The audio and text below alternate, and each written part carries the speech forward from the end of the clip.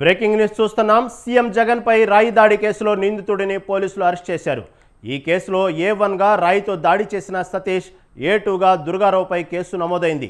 దుర్గారావు చెబితేనే సతీష్ దాడి చేసినట్టు విచారణలో పోలీసులు గుర్తించారు. సిమెంట్ రాయి ముక్కతో బస్సుకు 20 అడుగుల దూరం నుంచి వివేకానంద స్కూల్ పక్కన రోడ్డుపై నుంచి సతీష్ దాడి చేసినట్లు తెలిసింది. కాగా అరెస్టు చేసిన సతీష్ను పోలీసులు విజయవాడ కోర్టులో ప్రవేశపెట్టారు. కాగా పోలీసులు 5 రోజుల క్రితమే సతీష్ను అదుపులోకి తీసుకున్నారని నిందితుడి తరపు న్యాయవాది కోర్టులో వాదించారు. సతీష్ మైనర్ అని పేర్కొన్నారు. రాళ్ళతో కొట్టిన కేసుల ముద్దాయి అనే సతీష్ కి కోర్టు కి ప్రొడ్యూస్ చేశారు.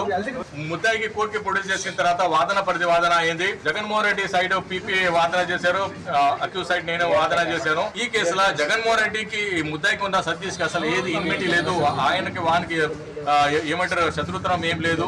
ఇతనికి అతనికి ఆస్తి గొడవలు, అసలు పార్టీ గొడవలు, ఇతనికి అతను ఏం లేదని మనం కోర్టుకి సబ్మిట్ చేసాము. కోర్టు మా వాదన వినేది. వాదన వినిన తర్వాత కూడా పీపీ వాదన కూడా విన్నారు.